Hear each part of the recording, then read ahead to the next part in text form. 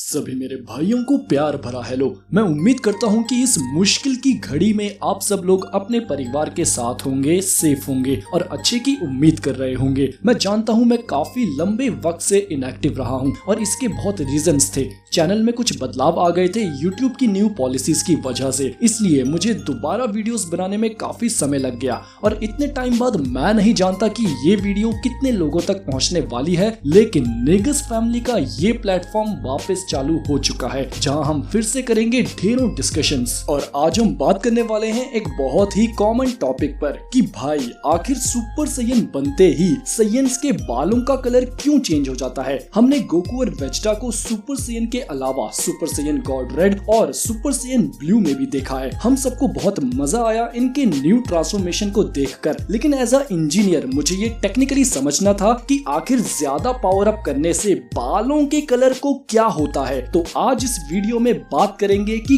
कैसे और क्यों एक सैयन के बाल ब्लैक से गोल्डन हो जाते हैं सुपर सैयन ट्रांसफॉर्मेशन के दौरान। इसका जो बेसिक सा रीजन हमें खुद अकीरा तोरियामा ने बताया है वो ये है कि उन्हें मांगा को ड्रॉ करते वक्त गोकू को सुपर सैयन में दिखाने के लिए एक नया लुक चाहिए था। वो अभी तक गोकू के बालों को ब्लैक इंक से कलर करते आ रहे थे क्योंकि गोकू के बाल सभी की तरह नेचुरली काले थे और ये बहुत ही ज्यादा टाइम कंज्यूमिंग था। तो उन्होंने इस प्रॉब्लम का सोल्यूशन निकाला गोकू के बालों को अनकलर्ड छोड़ के, जिससे कि टाइम की तो बचत हुई ही और साथ में इंक का भी खर्चा बच गया। और अब जब भी गोकू सुपर सैयन में ट्रांसफॉर्म होता था तो अकीरा तोरियामा उसके बालों को अनकलर्ड छोड़ देते थे, जिससे कि हमें गोकू के सुपर सैयन ट्रांसफॉर्मेशन के लिए नया लुक मिल सके। एवरेज के तौर पर एक मांगा में गोकू के बालों को कलर करने के लिए 5 से 20 मिलीलीटर इंक की जरूरत पड़ा करती थी, जिसकी आज की कीमत है लगभग 1 से लेके $2। और आज तक ड्रैगन बॉल फ्रेंचाइज ने अराउंड 300 मिलियन मांगा कॉपीज बनाई हैं। तो जरा सोचिए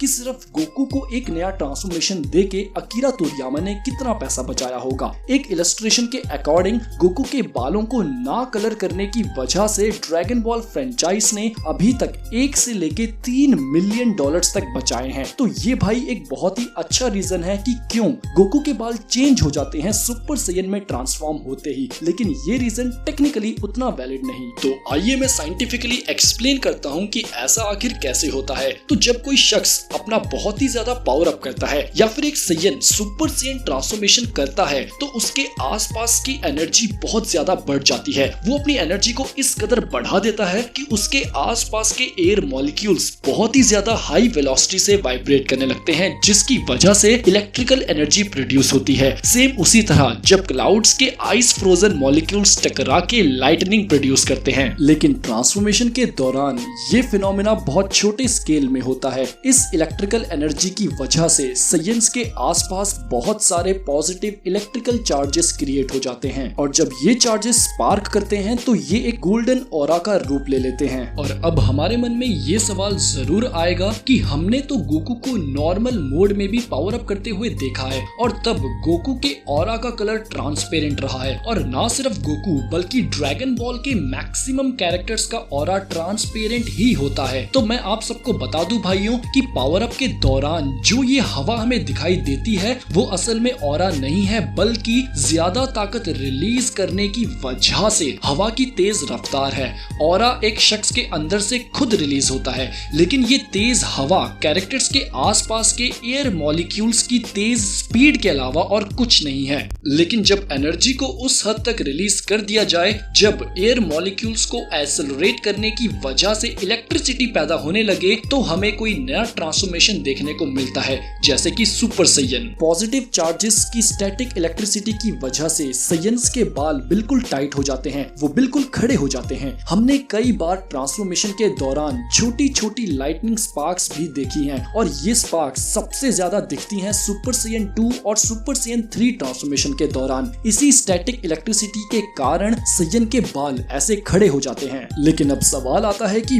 बाल स्टैटिक इलेक्ट्रिसिटी की वजह से खड़े तो हो गए, लेकिन उनका कलर चेंज कैसे होता है। तो इसका आंसर है कि खड़े हुए बालों में इलेक्ट्रॉन्स की वेलोसिटी बहुत हाई हो जाती है है, जिसकी वजह से एक इलेक्ट्रॉन एवलांच पैदा होता है। आसान भाषा में इलेक्ट्रॉन एवलांच तब आता है जब बहुत सारे फ्री इलेक्ट्रॉन्स किसी मीडियम में बहुत तेजी से मूव करते हैं और किसी दूसरे मीडियम के इलेक्ट्रॉन से टकरा जाते हैं। इसे हम आयोनाइजेशन प्रोसेस की मैक्सिमम लिमिट भी कह सकते हैं। तो हो ये रहा है कि गोकू के टाइट खड़े बालों के इलेक्ट्रॉन्स जब तेजी से हवा के पॉजिटिव चार्ज इलेक्ट्रॉन से टकराते हैं तो एक इलेक्ट्रॉन एवलांच की वजह से साइयन्स के बाल में मौजूद सोडियम आयोनाइज हो जाता है, जो कि उसके बालों को गोल्डन कलर का रूप देता है। हमारे बाल कैरोटीन से बने होते हैं, जिनमें काफी मात्रा में सोडियम भी होता है नमक की वजह से, और जब सोडियम को आयोनाइज किया जाता है तो उसका कलर गोल्डन या ऑरेंज जैसा हो जाता है। साइंस के स्टूडेंट्स को ये बात पता होगी, और अगर नहीं तो अभी जाके चेक कीजिए कि सोडियम को आयोनाइज करने पर कैसा कलर सामने आता है। तो शॉर्ट में दोस्तों, गोकू की हाई एनर्जी एयर मॉलिक्यूल्स को चार्ज कर देती है और स्टैटिक इलेक्ट्रिसिटी उसके बालों को खड़ा कर देती है। हाई स्पीड इलेक्ट्रॉन्स के टकराव की वजह से एक छोटा थंडरस्टॉर्म के रूप में इलेक्ट्रॉन एवलांच सामने आता है, जो कि बालों में मौजूद सोडियम को आयोनाइज करके उसे गोल्डन कलर का रूप दे देता है। जिन लोगों को ये एक्सप्लेनेशन समझ नहीं आया तो वो प्लीज अपना डाउट जरूर बताएं और मुझे इंस्टाग्राम में पर्सनली मैसेज करके पूरी इंफॉर्मेशन पालें। तो ये तो बात हो गई सुपर सैयन ट्रांसफॉर्मेशन के लिए, लेकिन ये theory super Saiyan God red और सुपर सैयन ब्लू के लिए वैलिड नहीं है, क्योंकि इन दोनों गॉड फॉर्म्स में एनर्जी इलेक्ट्रिसिटी के रूप में प्रोड्यूस नहीं होती है। ये बहुत हद तक दिमाग से ताकत को कंट्रोल करने के बारे में है और की को बैलेंस में रखने के बारे में है। गॉड रेड और blue form simple super Saiyan transformation से बहुत ही ज्यादा अलग है। तो अगर आपको उन फॉर्म्स के बारे में भी टेक्निकल एक्सप्लेनेशन चाहिए तो नीचे कमेंट्स में जरूर बताना कि सेकंड पार्ट आना चाहिए या नहीं। अगर ये वीडियो अच्छा लगा हो और इस क्वारंटाइन में बोर होते होते आपने कुछ नया जाना हो तो वीडियो को लाइक जरूर करना, और नए हो तो सब्सक्राइब भी। लेकिन सबसे जरूरी बात भाइयों कि इस वीडियो को प्लीज शेयर जरूर करना, क्योंकि बड़े टाइम बाद लौटा हूँ तो वीडियो में व्यूज तो आने वाले नहीं। मुझे नहीं लगता कि ये वीडियो 10,000 व्यूज भी कमा पाएगी, लेकिन अपना सपोर्ट बनाए रखिए। मैं मिलूंगा आप सबको नेक्स्ट वीडियो में, तब तक के लिए खुदा हाफिज़, सादर प्रणाम।